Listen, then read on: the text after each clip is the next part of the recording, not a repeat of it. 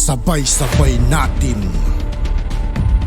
alamin ang mga kaganapan na nangyayari sa ating bansa.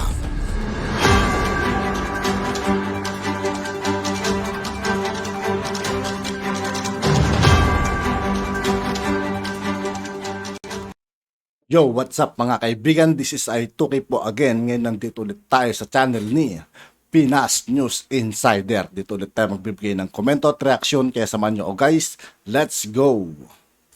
Viral ngayon sa social media. Hindi pinalagpas ng batikang abogado na si Attorney Amit Paglinawan na supalpalin ng paring si Archbishop Socrates Villegas. Matapos nga nitong ihalin tulad ang eleksyon sa isang labanan daw ng good and evil. Matapos nga nito ay umani ng samut-saring reaksyon. Ito yung mga paring mga makadilawan guys. Mga kapalig ng mga kakamping.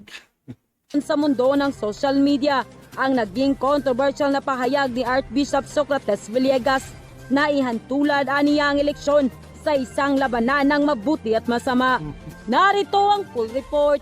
Pero bago ang lahat, kung bago pa lamang kayo sa lahat ng hindi pa nakasubscribe mga kaibigan kay Pinas News Insider, mag-subscribe na po tayo at huwag nyo rin pong kalimutan mag-subscribe dito sa aking channel. Channel na ito ay huwag kalimutang i-click ang subscribe at notification bell para mas maging updated pa kayo lalo sa lahat pa ng bagong videos na i-upload namin. At yun na nga mga kababayan, mainit na pinag-uusapan ngayon sa mundo ng social media ang di umano'y balitang. Nag-viral nga ngayon sa mundo ng social media si Father Socrates Villegas dahil sa kanyang controversial na statement na ihalintulad nga niyang eleksyon sa labanan ng mabubuti at masama. Ayon pa sa kanyang naging pahayag, bumalik tayo sa kinabukasan, sanay tayong matalo. Nagmukhang talo si Jesus nang ipako siya sa krus. Tukod langit sa kahihiyan. Pati si mga Jesus, dinadami nila sa mga ganito. Dapat, labas na dapat yung mga ganyan. Pag-usapang politiko, politiko lang. Hindi yung idadami pa nila yung ating mahal na Panginoon eh. Maling-mali yan. Nagimbala mga alagad, nahiya, nanlumot, nagtago. Hindi nagkatotoo ang akala nilang mananalo sila. Parang tayo, diba? Ano ang ginawa nila? Yung ilan ay nagtago sa madilim at kandadong silid. Lito, takot, lupaypay at mugto ang mata. Parang yung ilan sa atin. Yung dalawa ay nagtangkang maglakad pa imaos.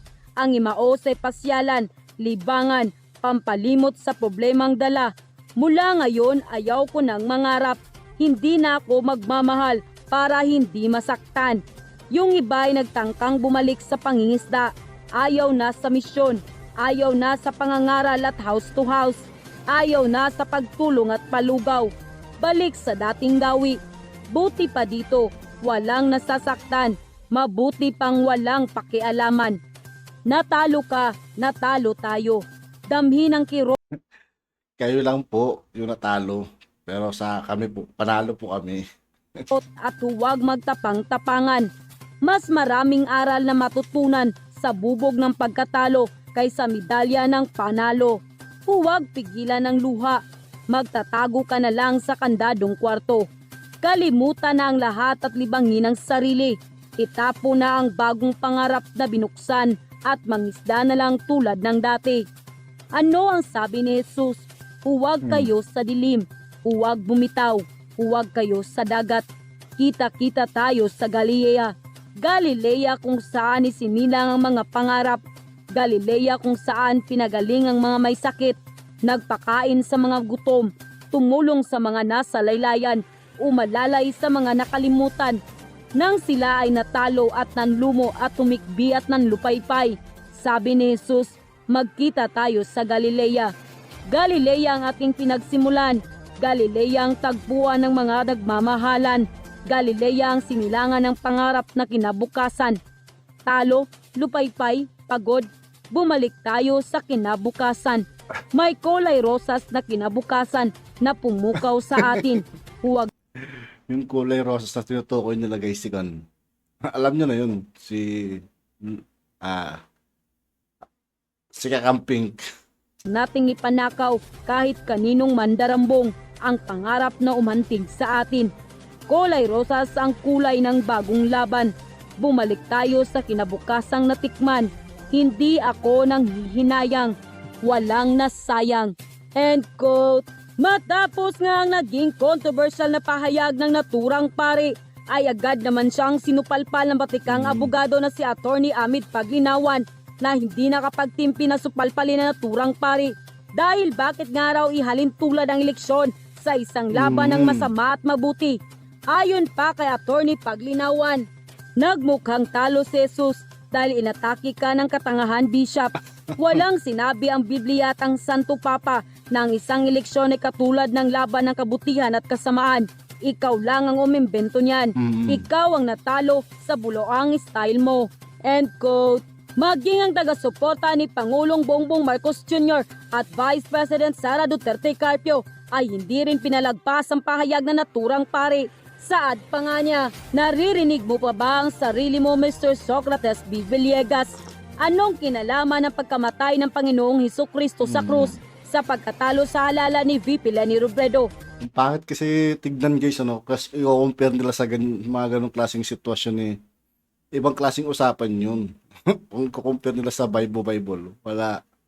Hindi lang pwedeng ganun. Labas ditong Panginoon, guys. Diba?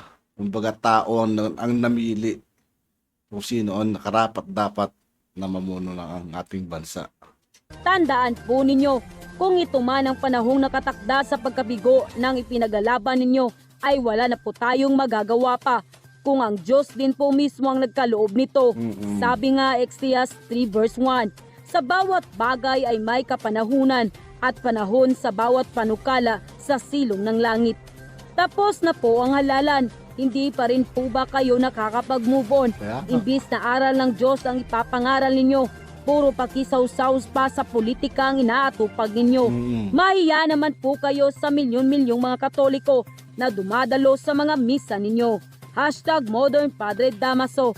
End quote. Ito nga ang naging mensahe nila kay Archbishop Socrates Villegas na tila politika pa rin ang sinasabi nito. Sa halip ay salita ng Diyos ang kanyang dapat ipalaganap ng maraming Katoliko, ay tila hindi pa rin niya tanggap ang pagkatalo ng kanyang sinusuportahang kandidato. Kilala si Archbishop Socrates Villegas na isa sa mga taga-suporta ni dating Vice President Leni Robredo. Matapos nga ang naging pahayag na turang pare, ay umani ito ng samutsaring reaksyon sa maraming netizen. Ayon pa sa kanila, yung pinamumunuan yung PPCRV na ang nagsabi na 100% match ang resulta na nakukuha nila sa datos na inilabas na. Manawagan na lang po kayo na pagkakaisa at tanggapin ang resulta ng eleksyon. Ang ating Diyos ay Diyos ng kapayapaan at pagkakasundo-sundo, hindi ng kaguluhan at pagkawatak-watak. Nako, Father, imbes turuan mo ang kakampi mo mabuti, ikaw din magtuturo sa kasamaan. Father, paano ka makapunta sa langit, Father, kung ganyan ka? Hindi ka ba maka-Diyos? Pari ka naman. Hindi naman talaga sila sa Diyos naglilingkod dahil hindi naman nila sinusunod ang mga kautusan ng Bible.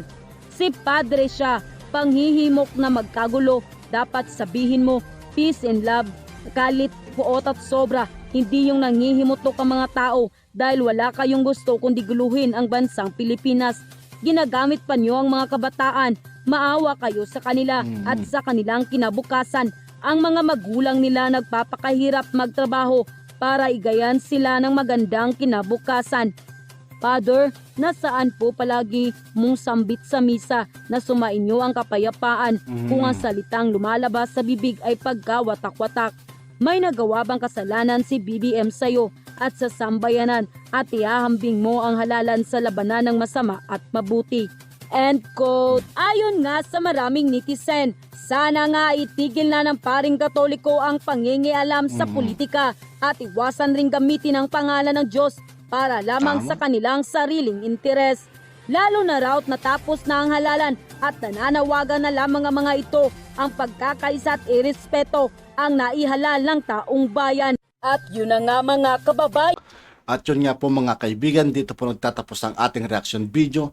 Muli ako po si I2K ng Sundalo ng Tunggalo at 811. Maraming salamat sa patuloy na pagsuporta. Yeah, peace out.